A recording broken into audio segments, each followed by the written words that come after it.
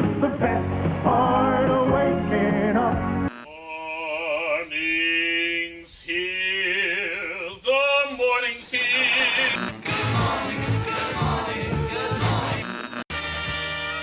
This thing rules. The thing rules. Oh, hey, what's up? I'm Brian Altano. And I'm Max Scoville. This is a show where we discuss something we love, Unpack why we love it, explain where it came from, try to remember our first impressions of it, share our weird stories about it. maybe learn something new about it along the way. But first and foremost, we're here to celebrate the fact that this thing rules.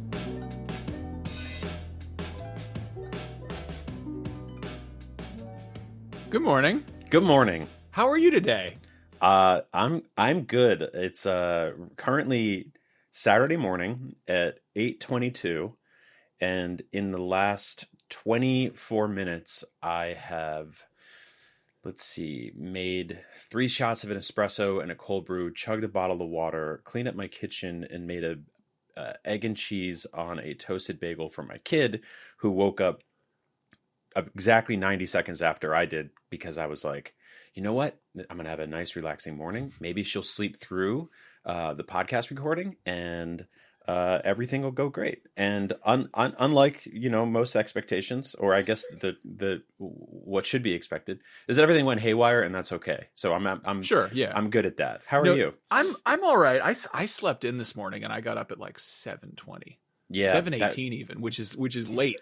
And I feel like I'm just getting a late start on the day. So this is a controversial topic because a lot of people don't like mornings. Mornings are not a thing most people enjoy, I would say. But there are these, these infamous morning people, which somehow we are, despite all evidence that would suggest otherwise. Like we hosted a show called Up at Noon, which is the whole thing. It's like, yeah, you're gamers, you sleep in, you like to stay up late and get in trouble and then not get up until noon. And it's like, we both get up at fuck o'clock in the morning, and like when we worked on that show, we would be like texting each other at like 5:30, 6 o'clock in the morning on the shoot days, being like, oh, did you see this? Like, they just put out a new Hot Toys Yoda, or, the voice actor for a Transformer died. We should pivot our lead story.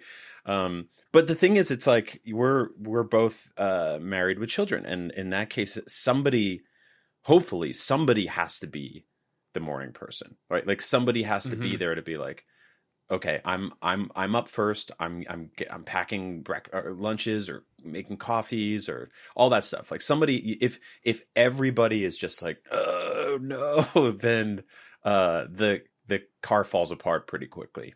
Yeah, no, that's kind of how it is. I definitely wasn't always a morning person. I don't know when exactly that happened. I think it coincided with getting a dog. Yeah, which is that you have an animal that needs to go outside to pee, and that was who doesn't know what day or time, doesn't care. Well, that's right? What's amazing is that like animals learn. Mm-hmm. Like my old dog Peppers would wake up at like 7 sharp. On the dot. Sometimes 6, like, depending on. And the fun thing I love is that children and animals do not understand daylight savings time. But occasionally, like the thing would happen where like daylight savings time would shift, and we'd all adjust our schedules, and he would adjust his schedule without any like knowledge of it, and he would get up like an hour earlier or later or whatever, and it was just like, maybe not the first day, but like eventually it would just like click, it would kick in. Like he'd be ready to go to bed at like 9 o'clock sharp. Now we have a puppy who does not understand anything, including where to go to the bathroom or what time anything is happening. And I don't know that we've had him for like not even 2 months at this point. And the first few weeks were fucking brutal because he was like getting up every 3 hours to go, and I was just like sleeping on the couch with him and taking him out, and just like, yeah, that's like newborn baby territory. It is that's the thing, is like you kind of have to figure out how to get up. Just to get up when you have children. Like that's one of those things you just it just kicks in, and you're just like, but I don't know, like there's plenty of people who are like, don't talk to me before I've had my coffee, which is true about us for sure. We need that, caffeine injection, but like, I don't know. The other thing is just sort of having some time to yourself. That is the big core thesis of mornings for me, and always has been. And I was tracing this back to when I was a little kid, and I realized, so when you're a little kid, and anybody who's old enough to listen to the show probably remembers when they were a little kid, or they're a little kid themselves and they stole their dad's phone and they're like, this thing rules. I'm like, what are you listening to the show? We use potty words here. Good morning. I realized that school starts really, really early when you're a kid, like really early. Like when you wake up on a Saturday morning and you're 7 or whatever, you can probably sleep until like 8:30, 9 o'clock. You come downstairs, there's just like, 200 cartoons on, you have a big bowl of cereal and all that. It's pretty lazy, right? And until like I got forced into playing, intramural soccer or whatever other dumb shit, my Italian mother was like, you should do it. You'll be a soccer star one day. Go get out there. And then I'd be like, are you sure you want to be on the side of a field at 8:30 in the morning on a Saturday in New Jersey? And after a while she was like, no, I really don't. But I realized that like you wake up really early for school, and you have two choices when you do that. You can hop out of bed and everything is this like frantic scramble of like, it's a fight to get your teeth brushed and get your clothes on and eat your breakfast. And you're literally getting dragged out the door. Or you can be like, and this is what I figured out really young. Everybody's time after I step out the door and I'm on the school bus or I'm in the car on the way to school, my time is somebody else's. It is all on somebody else's clock, somebody else's schedule. And I started realizing if I woke up like an hour before I had to leave for the day, I could like inhale a big bowl of Count Chocula. I could run into the living room. I could turn on TV and there would be something on for me, right? There'd be some cartoons on. And then eventually I was like, I have an NES. I can wake up, I can play video games before school. So that started becoming this ritual for me, even as a kid, without even being super conscious about it, that if I got up early enough, I had some time to myself where I could enjoy things before it was just like routine, hit the ground running, go to school, and then have to deal with that all day. And so that's like the thing I'm trying to work with my kid on now, because it's like very difficult to get her. So I'm the morning person in the house. My wife is not. My kid is not until she's had her breakfast, and then boom, flip of the coin, and she's back at it. But so I have to explain to her, I'm like, if you can get through if you can get through breakfast and then brush your teeth and we'll do your hair and then you get your clothes on and your shoes, you can sit on the couch, you could watch like 3 episodes of Bluey in a row, you could play Animal Crossing on Nintendo Switch, you could do anything you want for like a half an hour. Yeah, you eat your vegetables, you can have dessert. It's that. Yeah, just before we're out the door.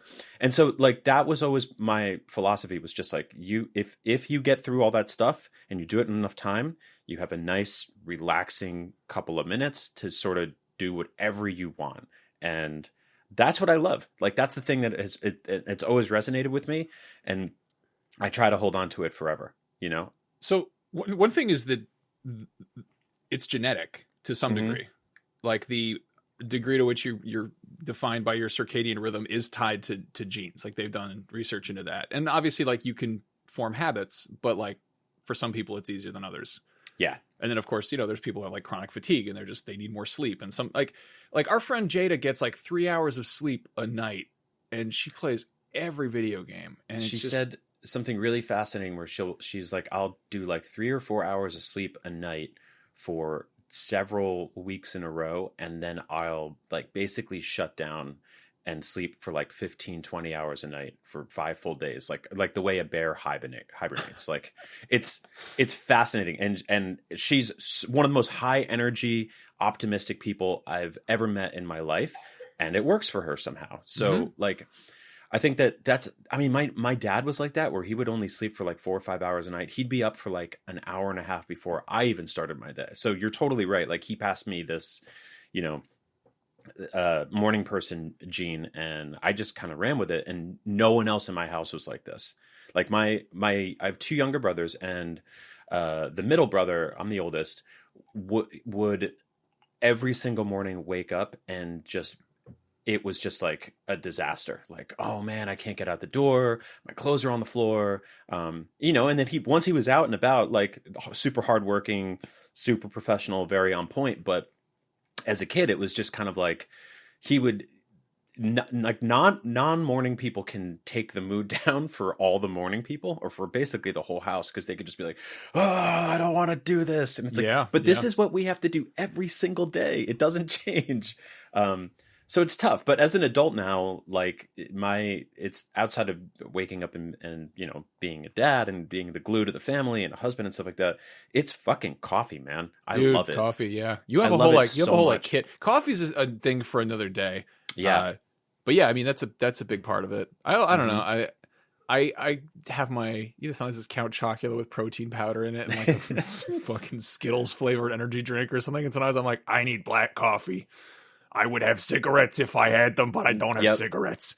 Well, you said like, don't, and again, we'll do a whole episode on coffee because it's important, but you said don't talk to me until I've had my coffee. And I truly believe like one of the biggest issues in the world are people who have left the house before they've had their coffee, and they are now interacting with others on the sidewalk and the road and in coffee shops and stuff like that. And they're taking that fog, that miasma that is just like they're hovering in, and they're infecting it like a poison cloud around a bunch of other people. Like they have this like sort of like this like pig pen thing going on, right? From Peanuts, where it's just like this fog around them. And so like if you go into like if I'm in a coffee shop in the morning, I've already had enough caffeine for me to be like, I could operate a motor vehicle right now. I could order whatever I need to do. No, you're just throwing gas on the fire at that point. Yeah, exactly. And other people are just like, they just putter in and it's just, they're like, I'm on empty. Can I get an, I want the, do you have the, like just,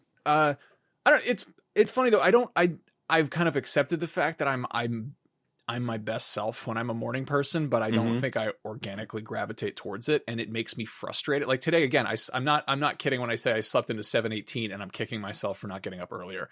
The thing that kills me though is like, during the week, I'm out of bed at 5:30, and I like it. Like it'll be a pain in the ass, and there's a sort of like, I don't know, there's kind of like a martyr complex that goes with it, where anybody else is like, I'm tired. Like I've been up since 5:30. Fuck you.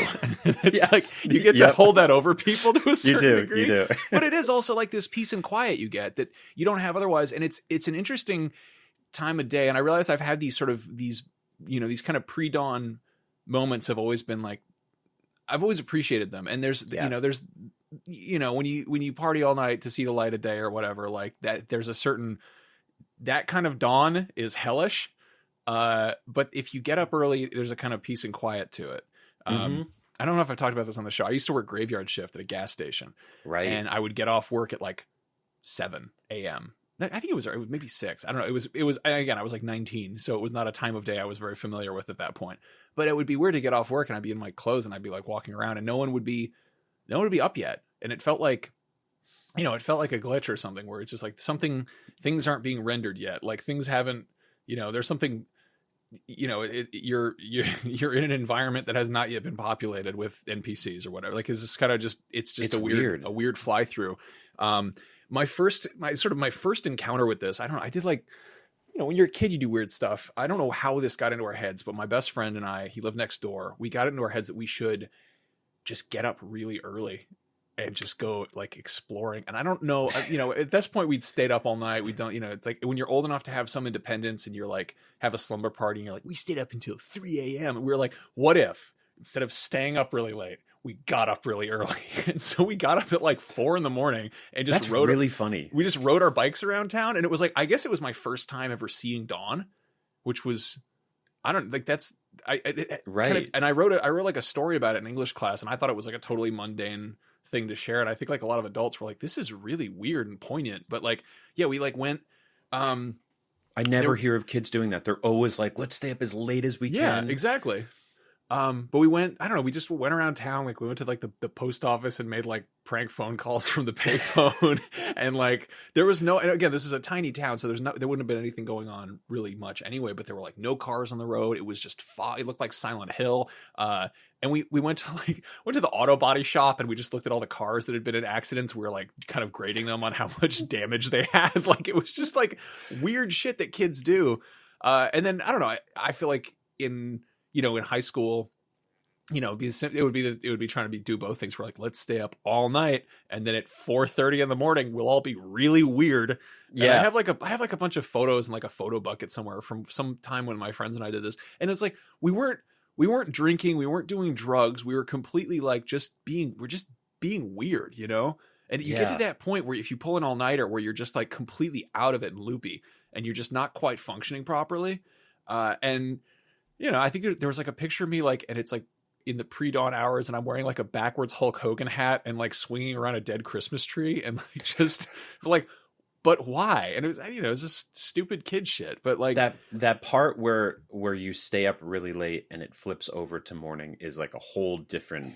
That is like a whole different beast. It's a nightmare. Yeah, no, it's bizarre. But like, I don't know. Now I'm like, if I get up super early and it's still dark out, there's something kind of just like magical about it. It's quiet, it's peaceful. Again, there's that like, it kind of feels like being a little kid again, where you're just on your own time. Yeah, I guess you kind of kicked me in the ass with this, but it was also having a dog. Like, it was kind of just, you know, habit. Your body changes, your habits change as you get older. This was definitely like, you know, after I was 30 or whatever. But like, yeah, I remember getting up and just being like, I'm gonna drink cold brew and play Bloodborne. Yeah, and just being like, holy shit, this is great.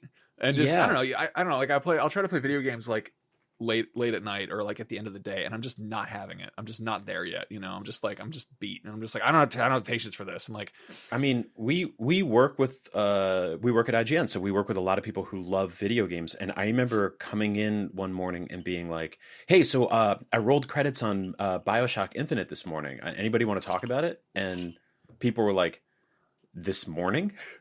And I was like, yeah, before work, I played the last 2 hours and then I ran to the train station, got on the train, and came here. And they were like, what? Because almost everyone we works with stays up really late playing video games. There's a 5 a.m.? Yeah.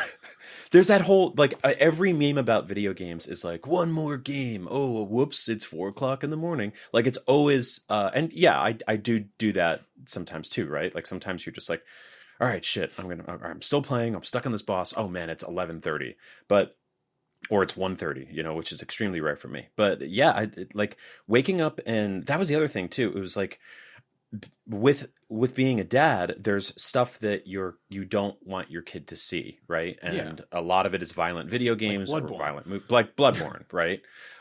Like there's all sorts of horrible beasts in that, and there's blood and guts everywhere, dead horses all over town. Like, and when your 6-year-old's like, I like unicorns, and you're like, oh yeah, look at this street full of, you know, equestrian. You like horses, do you? Check out Yarnum. Yeah.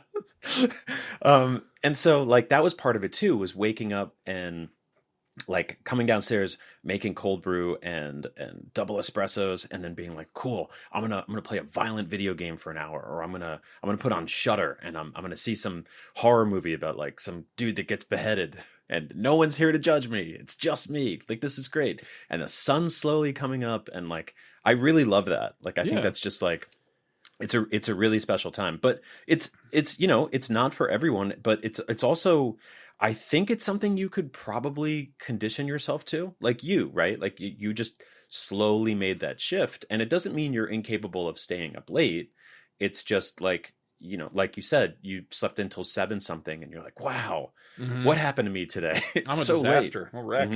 I mean, some of this, it's again like time, clocks, and all that. That is a human construct. The idea of a 9-to-5 work week is a very recent invention. I read this really cool book called At Day's Close, A History of Nighttime by Roger Eckrich. And it's just, again, it is a history of what people did at night, going back as long as you have records for it. And it's fascinating because there's a lot of shit that we just don't do anymore. You know, people used to pretty much just function in time with daylight because, you know, get lamp oil or candles or whatever was expensive and dangerous. And they would just be like, oh, the sun's going down. Better go to bed. Better go in the house. Or there was no more light outside. So it was like, there's literally nothing to do. It's not like they had street lamps or anything. You're going to fall in a pit. You know? But the other thing is that, you know, they've done studies on this and like how, you know, the human brain functions. And like, you're not, you know, a lot of the stuff we adjust to the daylight and kind of like function around that. But there's also, you know, I think they're like, how much sleep do people actually need? Right. And there's a weird thing that happens, I think, in in parts of the world where there's, where you get the, 24 hours of night, 24 days of night or whatever, the 30 days, the weird polar circle shit. The Josh Hartnett movie. Yeah, the Josh Hart. I like that's our touchstone for a thing that has been occurring forever. It was the 2007 vampire movie or whatever. My two associations with that are 30 Days a Night, the Josh Hartnett movie, and Dave Attell's Insomnia or whatever, where he would just go to bars, and it was basically like that Dirty Jobs show. Did you ever see this show? It was on Comedy Central forever. Yeah.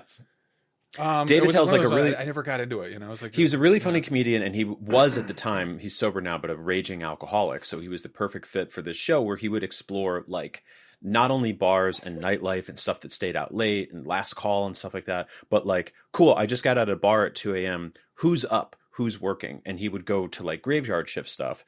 And he went to Alaska, and he stepped outside for a cigarette with like the whole bar when the bar closed at like 2:30 in the morning. And it was just completely bright out, like white, just blaring bright white. And it was that. So I saw that and the Josh Hartnett movie, and I was like, I don't know who I would be in that environment. You know? No, my brother did like some research trip in Alaska and was on like the ice fields doing, I don't know, fucking pickaxing glaciers or whatever you do up there, looking for the thing. I don't know. But like he there was one time where they're out just like messing around doing stuff, and he suddenly just felt really weird and like was like, oh shit, I've been awake for 40 hours. Oh my God. Or something like that. It was your brain hasn't been like, oh, it's bedtime. It hasn't kicked in yet. But a friend of mine in art school, where we would regularly pull all-nighters, was always like, oh, that's when you start to see the shadow people. And I was like, what's that mean? Yeah. And he was like, well, if you stay up for like 30 hours straight, like you start to see silhouettes, like human-esque silhouettes of things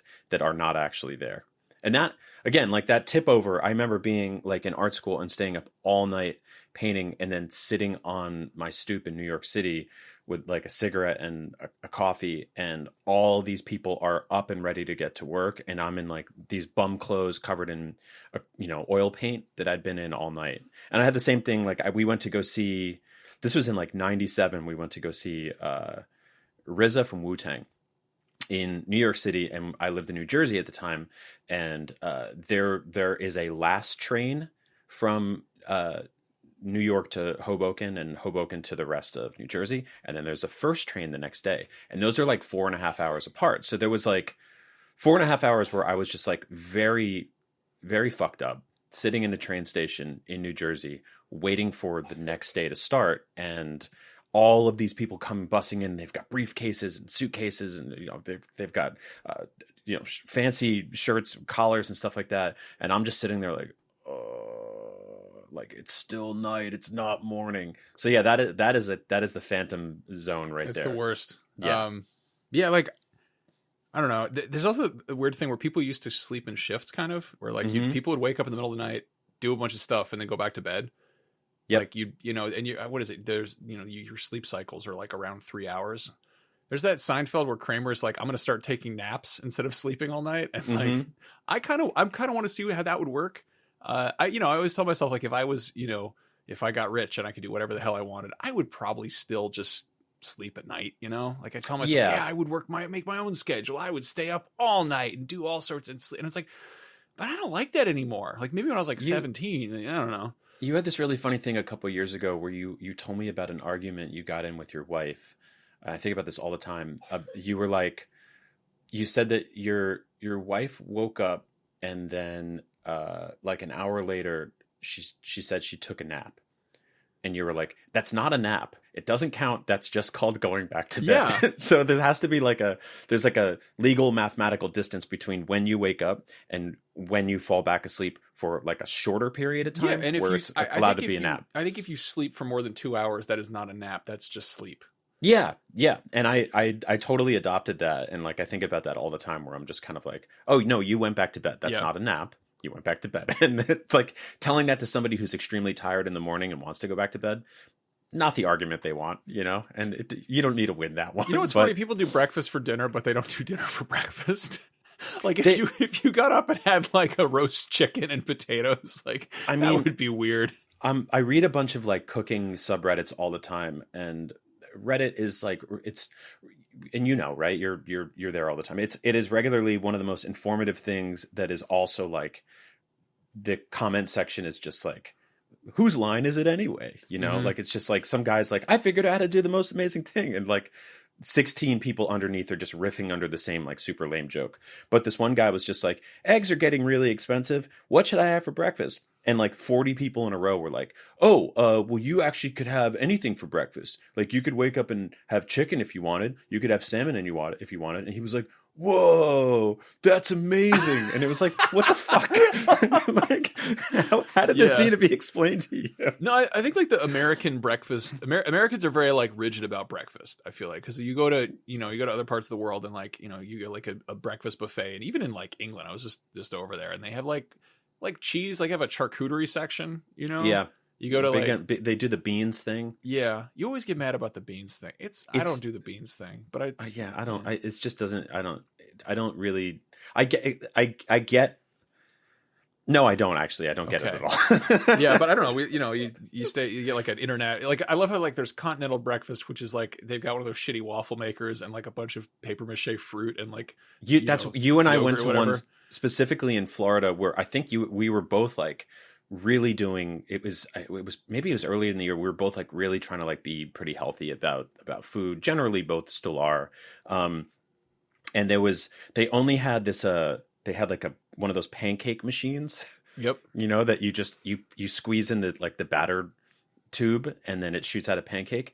And then I think there was hard boiled eggs, maybe not even that. No. And then there was a bowl of fruit and we were both like, oh, fruit is healthy. And I picked it up. I'm like, it's fake. Yeah. It was one of those Holiday Inn Express breakfasts. And that's like rough. Yeah. No, those are always god awful. And it's like, I don't know. It's again, we have a lot of processed food and shit here. And also those are, typically lower end hotels, but like you go to other parts of the world and they're like you want the breakfast and you're like, it's like every food ever. Like, I don't know. I've like stayed at, like there's a big thing is like you ever have congee, like the rice porridge? Like that's like a whole like buffet of its own. You could put all sorts of shit in there. My wife loves soup for breakfast. She's funny because she'll get up in the morning, have a big bowl of soup, and then go take a nap. And I'm like, what time is it for you right now? But no, like I don't know. It's like breakfast food is whatever you had first thing in the morning. It doesn't. There's no rules there. It doesn't matter. Like when you've been to Japan, like they'll regularly.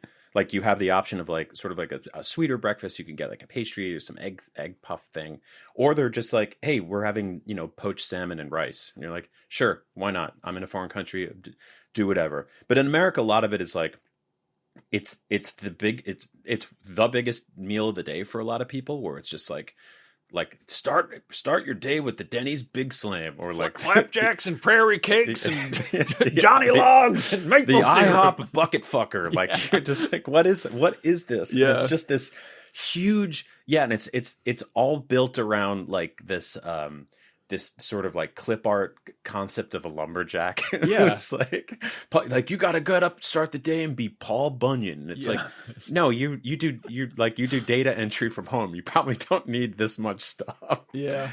Like I think it was built around people did a lot more before sort of the age of automation, which we're tipping closer towards each day. People did a lot more like hands-on stuff. There was a lot more moving around, a lot more like, I got to go up there and chop the things in half and move the blocks and lift the bags. And we don't really do as much of that anymore. A lot of people do. But I think for those people, they were like, hey, I got to get up. I'm going to carb up. I'm going to have like 6, sausages and 4 flapjacks. And well, people also used to not have. It didn't used to be 3 meals. Yeah, like when you hear talk about like Christmas dinner, and it's like people have it in the middle of the day, or like it's like idea of a lunch was like a fairly, people have like little snacks, but like breakfast, you're breaking fast. You are like ending the fast of the night or whatever, and then I think supper predates dinner being at night. Like there's a whole weird thing, and like people, again, people would have like an old potato and like a drawing of a piece of bread or whatever. Like they just have some sad ass like Hieronymus Bosch food, and you just like struggle food based on whatever they get their hands on. Yeah, the accessibility of food is we're living in very very plush times in that front. Yeah, but like we're very first world, but like.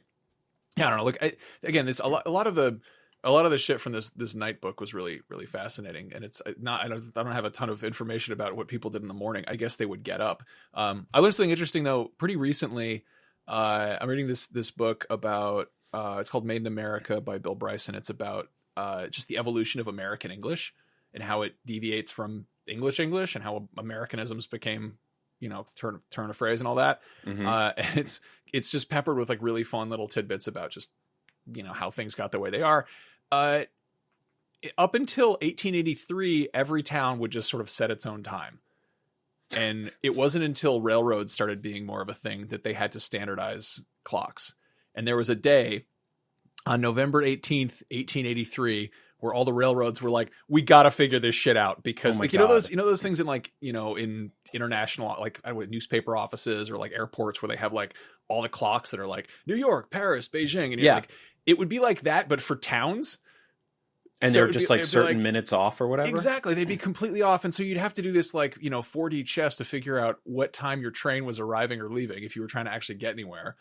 That's insane. So you'd be like, all right, Max, I'll meet you in Oakland in an hour. And then I get there and it's like 20 minutes earlier than when I left. Exactly. Yeah. No, it was sort of like an international time zone travel, but like for town to town. Exactly. But people didn't, this was also when they basically implemented time zones. They had to draw it all out. There was a whole thing there.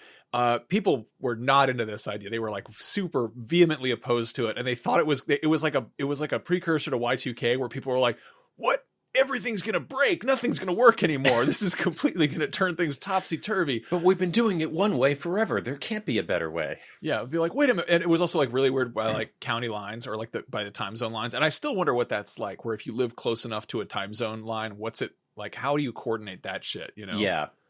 Like, and people were like, what do you mean? I'm going to have to work an extra hour and not get paid for it or something. And then, everyone gathered around clock towers around the country. And then they like, somebody got up, and just like moved the clock hands, and then they're just yelling it's 9 o'clock now. Yeah. I agree. Yeah, but I think it used to be like high noon. They would just be like, yeah, it looks about noon up there. The sun is up right in the top, and then it's yeah. But yeah, I don't know. That just kind of blew my mind a little bit because it's like that's not that long ago. That's like pretty recent. The thing we do, and we debate this. This is one of those things that transcends political lines because every president's like, "I'm going to fix this," and they just fucking don't. But the daylight savings things of like, like waking up and it's dark and then it becomes light is like a magical thing that because of daylight savings just goes away for a couple weeks. Where like I'm like I wake up and I'm up for like 2 hours and it's still fucking dark out, and like I get my kid in the car to go to school and like it's night. And she's not having it. I'm not having it. And I'm like, my brain hasn't clicked into the fact that this is something like you need that sort of natural, like they literally make, like those, like depression lamps or whatever that you can put in your room. And like, they'll brighten up as the sun comes up. Well, the important thing is that Ben Franklin got to save a few pennies on his lamp oil or whatever. Yeah, like it was that's right. Yeah. I don't know. I believe in scientists. I think we should trust them. I don't like that he wore those little shoes and he went out in the backyard to get electrocuted once a week or whatever. Like I think probably some decisions came out of that weren't wise. That guy did a lot of crazy shit. He is a strange man. He also just he loved sex. He was always just having sex with people just all the time, which is funny because he's like the Wikipedia photo for an incel. He's got like the little owl glasses. Like if he came up to you at Comic-Con, you'd be like, oh, I don't know what you just did in the bathroom, but you probably pleasured yourself. No, he would go around inventing stoves and figuring out electricity. And we talk a lot of shit about Benjamin Franklin, and you know what? We're right. I think that's the important thing. He was definitely like a piece of shit in some ways, but he was also like, he's a brilliant man. Yeah, he electrocuted that mouse, and he won the electricity wars once and for all. You make it sound like they had like one of those Pinewood Derby things. Which scientists could electrocute a mouse the hardest? There's just like 60 guys in a row, and they've like, I've created this mouse electrocution complex contraption.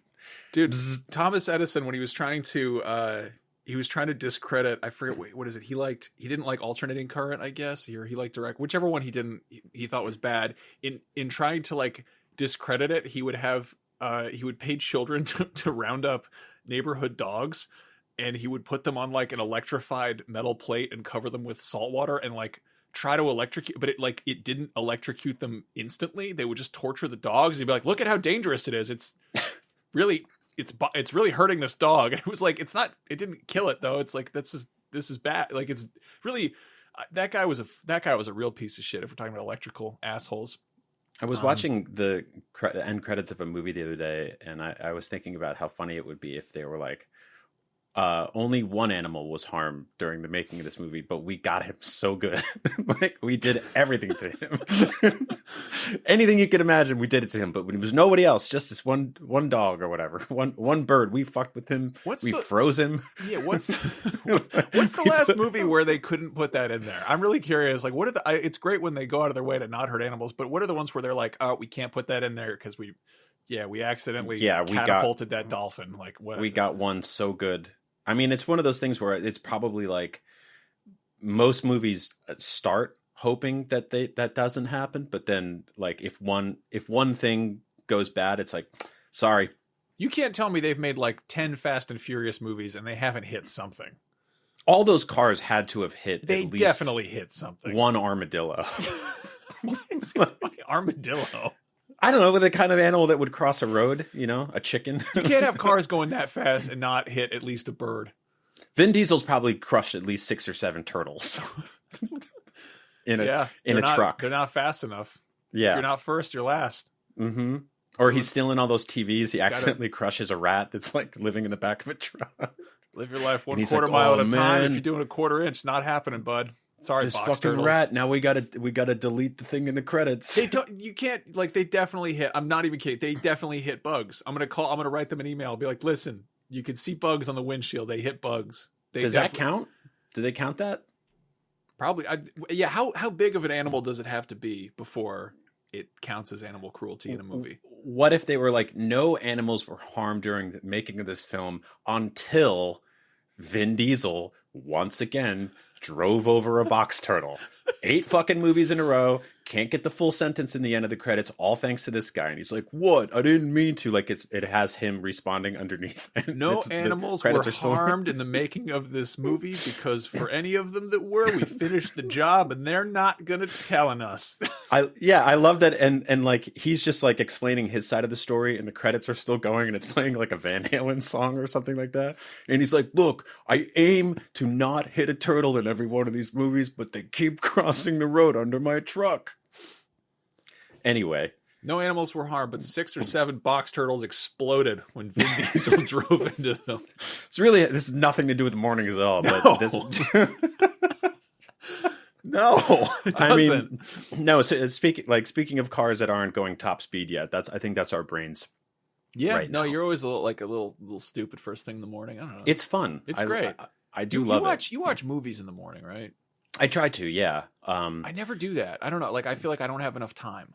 I could watch, maybe I'll watch like a third of a movie in the morning or half of a movie. So on Saturday mornings where everyone sleeps in and I don't, I will watch an entire horror movie before anybody wakes up. And like the running joke I have in my house is, it is a fight to get my kid out of bed every single morning.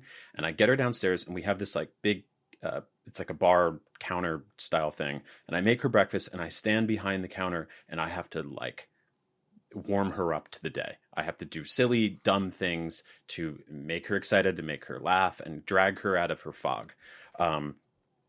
And, I get her up around 6:30, 6:45 every morning. Cause my wife leaves for work around 7. And so like, we're all pretty much ready to go by 7:15, 7:30. And, on weekends, I'm like, oh, this is great. She's going to sleep in. I have so much time to myself. I woke up at like 6 and I'm going to go downstairs. I have like a big thing of cold brew. I'm going to make a couple of espressos. I'm going to sit back, sit on the couch. This is going to be amazing. And so I make a big coffee, turn on the TV. I go to Shudder and it's like, Ultimate Decapitator 2 or whatever. Texas Chainsaw Fucker. I'm like, yeah, a movie no kid should see. Vin Diesel, Let's do Box Turtle Massacre. Yeah, exactly. And I hit play and then I hear, oh my God. Hi, Dada. And I'm like, oh, hi, honey. No, they know. Good morning. They know. Yeah, they know. They know. I was always fascinated growing up because like I would sleep in it, and there was like certain cartoons I just never saw. Like there was a bunch of shit that just was on like super early. Like I did this whole like feature pretty recently about like the sort of history of how Dragon Ball got localized. And when Dragon Ball first aired in 1996, it was like the first 12 episodes, and they aired on like local networks. It wasn't one of the, it was like on, UPN 13 or whatever. And their time slot was fucking 5:30 on Sundays. Jesus Christ. And it was just like, no kidding, this isn't going to take off. Like, who would fucking watch that? And it's like, kids who have parents who get up super early and they're just like, please, for the love of God, watch anything. Watch this.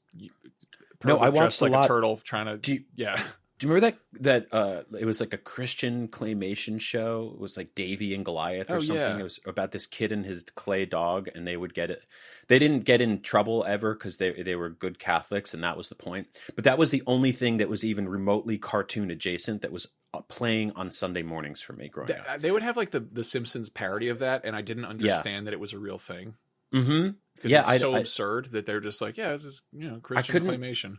I couldn't tell you a thing about it. I think his dog was just like, hey, Davey, I'm a fucking idiot. Let's go to church. Davey. Oh, Davey.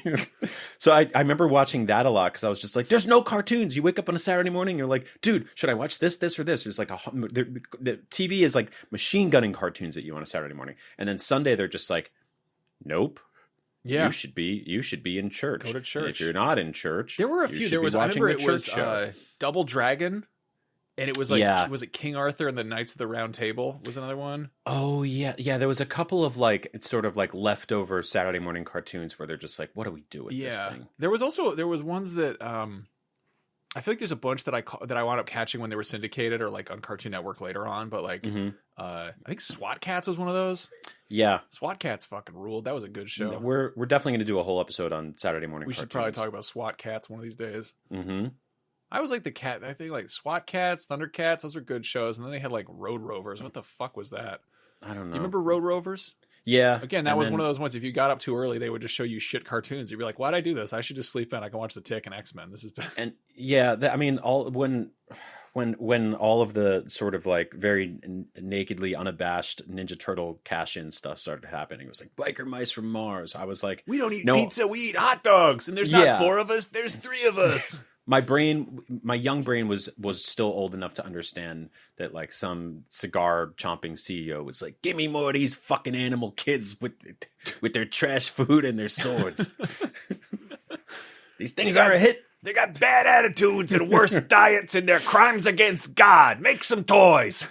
Give me a couple of snails and they got machine guns and they got the fucking eye patch and they go snowboarding. Yeah. Eye patch snowboarding snails with machine guns, cool. And some kid at the dollar store was like, yeah, sure, I'll buy that. All right, there's a bunch of they're four elderly women, and they all have sex lives, and they're made of gold. They're golden girls. Anyway, yeah, early morning things. It would have been really funny if each of the golden girls had like their own weapon. Yeah. They should have weapons. Blanche had like a dinner tray that had like the saw, the saw cleaver blade or whatever, that spinning blade from Bloodborne. Somebody's probably done that. Somebody did those Warhammer figures of the Golden Girls. Actually, Blanche would have the straw that goes in her vodka soda would extend into like a baton that she would use to beat people. Why wouldn't it be like a blowgun? That's way easier for a straw. Okay, I mean, I guess you could do that, and it could. I like the idea of it being a baton blowgun that you can hit people from a distance. One of them should definitely have a cane. Yeah. They're like 90 years old. They're actually dead. That would be that seems like a thing that a Saturday morning cartoon would have, is like somebody who has a bow staff, but it's also a really, really long blowgun. Didn't they did the thing in some Ninja Turtle toys where Splinter's cane had a sword in it? Yeah, and it was like the original one had that. He never did that. It was like that. You ever see that meme where that old guy's getting stuck up in front of a car and he's like, "Call the ambulance," and then he pulls out a gun and he's like, "But not for me." that would be Splinter being like, "Oh no, I'm an old man. Help me across the street." Whoosh! Aha! I have a sword. I like that. Good. I like More that too. Swords.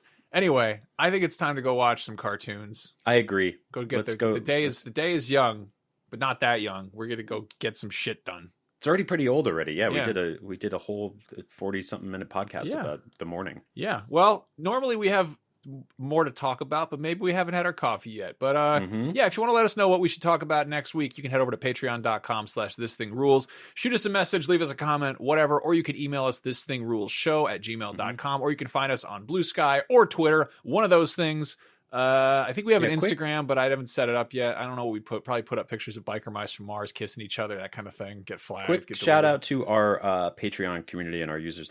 You guys are awesome. I love reading all the posts, responding to all the stuff we put up. And yeah, it's been really cool seeing that community grow. So if you want to join that, head on over.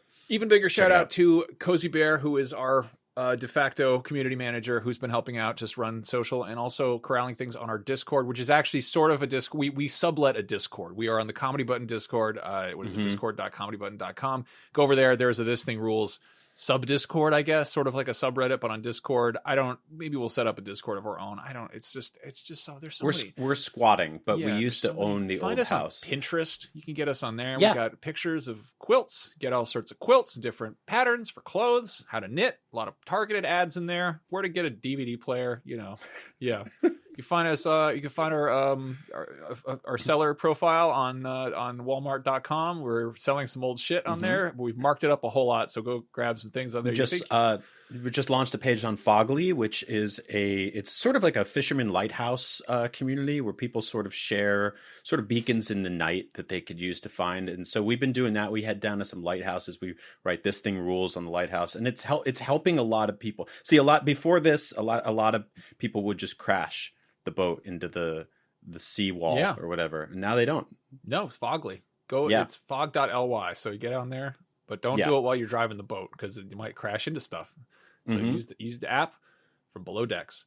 And of course, be sure to follow us on WikiFeet and leave us 5 little feet icons. You put your feet in a video on Patreon recently. I didn't mean to do that. Sentence. I didn't shoot that, but somebody did see that. Are boys allowed on WikiFeet? What? I think so. Our boys, I don't know. I think it's mostly. I don't know what the rules are over there. Do they even know? Like, would you know? I think there's a lot of feet that would trick. I'm not a feet guy. Do you know how many women we know and work with who are on WikiFeet? No. Do you know? Yeah, so many of our friends are on WikiFeet. I know really? this. Yeah, they've been like there's all like a sad realization where they're like, I'm on WikiFeet, and it's like, I'm so sorry. What score do you have? Are you below or above Oprah? Because she's very very low ranked on there. I'm on Hands Book, which is it's a page where you can look at just different guys' hands just holding stuff. The thing is, and I've been emailing the admin there, so Hands Book was recently purchased by a tech billionaire, and it sucks because he won't listen to me.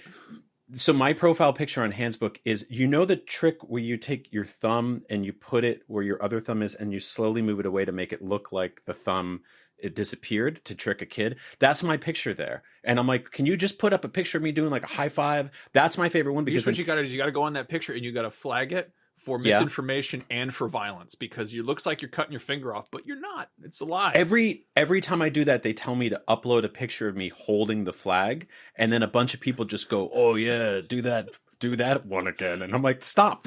I'm stuck in a bad loop here." So I keep saying, "Give me a picture, me putting up a high five," and then my Handsbook followers, the handlies we call them. The hand jobbers, they can high five the screen when they climax, and they just won't let me. So for now, it's just the disappearing thumb trick. And this is why everything's getting worse. We really got to get rid of these guys taking over all these websites. I'm going to use my hands to push the little red thing on the screen that makes this audio stop recording. Thanks for listening, everybody. You rule. Thank you. Before we go, just a big, huge thank you to our producer pals over on Patreon: Ben Burkhalter, Kevin the Mesurier, Steve Cam, Josh Page, Donald Cole, Caleb Hilliard, Billy McKendry, Chip Chunkling, and Scott Davis. Thank you all so much for your support.